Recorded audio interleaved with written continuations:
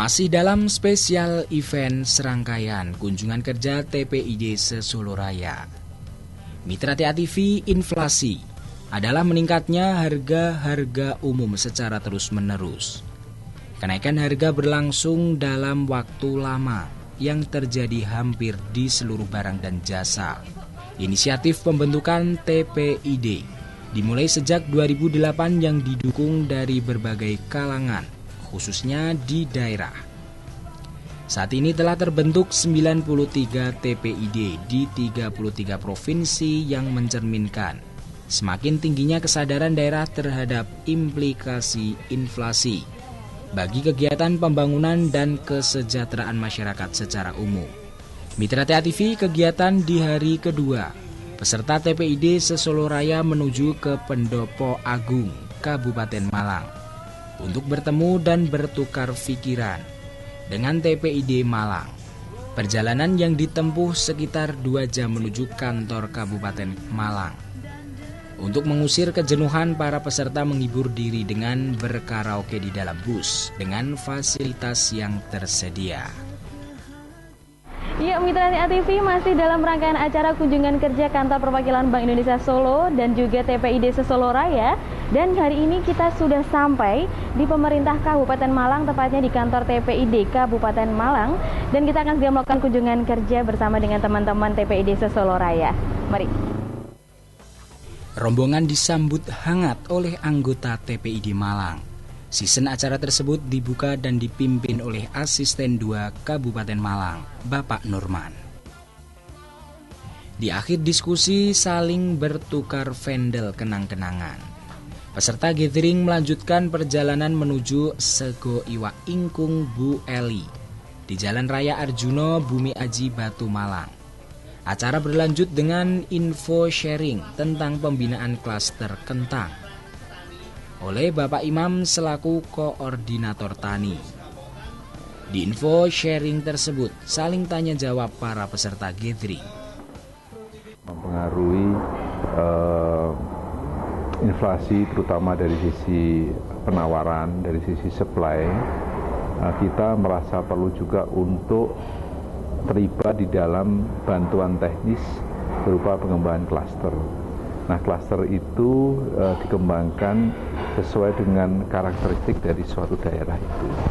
Misalnya di sini kentang, tentu dipilih kentang karena kentang itu selain bisa mengungkit perekonomian di suatu daerah, itu kemungkinan juga kentang itu bisa menyerap tenaga kerja dan juga merupakan komoditas-komoditas penyumbang inflasi di suatu daerah itu.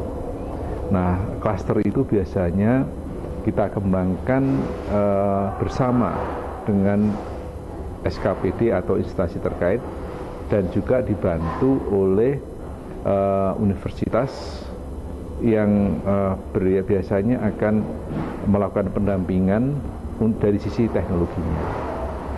Nah, sebetulnya di setiap kantor perwakilan Bank Indonesia itu selalu punya klaster itu. Klaster itu dalam rangka untuk yaitu tadi mendorong inflasi dan juga untuk membantu pengembangan UMKM. Kalau di Solo sendiri, di samping punya klaster ini padi, beras, juga ada klaster sapi di Boyolali dan juga klaster cabai. Nah, kenapa beras dan cabai? Itu karena komoditas-komoditas inilah yang punya porsi besar di dalam mempengaruhi inflasi di kota Solo. Ini akhirnya yang kita pilih untuk kita kembangkan di Solo. Nah, kaitannya dengan besok kunjungan ke klaster di Malang, besok akan kita melihat, pengen tahu lebih dalam lagi bagaimana bisnis proses daripada klaster kentang ini, bagaimana value chain-nya, seperti tata nilainya, bagaimana pendampingannya, dan yang penting lagi adalah kita ingin melihat apakah kelompok-kelompok ini juga sudah bisa akses dengan perbankan. Nah, karena ujung daripada pengembangan klaster ini juga UMKM ataupun kelompok-kelompok yang dibina BI itu akhirnya nanti mendapatkan pembiayaan daripada perbankan. Karena nanti ada tahapan namanya passing out, di mana dengan passing out itu diharapkan bahwa kelompok ini sudah lepas dari binaan dari BI dan instansi, dia nanti diharapkan mandiri. Nah, dengan mandiri itu dia pembiayaannya sudah diharapkan dari perbankan. Nah, informasi yang kita dapatkan dari internet dan komunikasi dengan Malang, salah satu klaster yang cukup berhasil di Malang itu adalah klaster kentang ini. Bahkan sudah ekspor. Inilah yang akan coba kita lihat besok seperti apa pengembangan klaster ini, bagaimana pembentukan kelompoknya, bagaimana pemasarannya, bagaimana pembiayaannya dilakukan oleh perbankan. Kepala Kantor Bank Indonesia Malang, Bapak Jaka, memberikan penjelasan terkait binaan terhadap para petani. Mitra TA TV simak wawancara dengan Bapak Imam dan Bapak Jaka. Pada dasarnya BI itu mengurusi UKM supaya tetap roda perekonomiannya itu tetap berjalan dengan lancar. Dalam hal ini kalau di tempat kami ini si petani kentang ini dipandang sebagai pengusaha yang harus tetap dijaga roda perekonomiannya. Kalau saya dengar tadi kita habis makan siang langsung membicarakan mengenai klaster kentang yang sudah berjalan ya Pak ya. Itu kalau boleh tahu salah satu program dari BI, betul ya Pak ya? Saya kira jadi untuk program klaster kentang ini, jadi kami sudah membina itu dari tahun 2012 dengan diawali dengan proses identifikasi terhadap permasalahan-permasalahan dalam hal budidaya kentang. Dari hasil identifikasi kami itu nampaknya masalah bibit atau benih kentang ini menjadi problem utama dari rendahnya produktivitas kentang di Batu ini.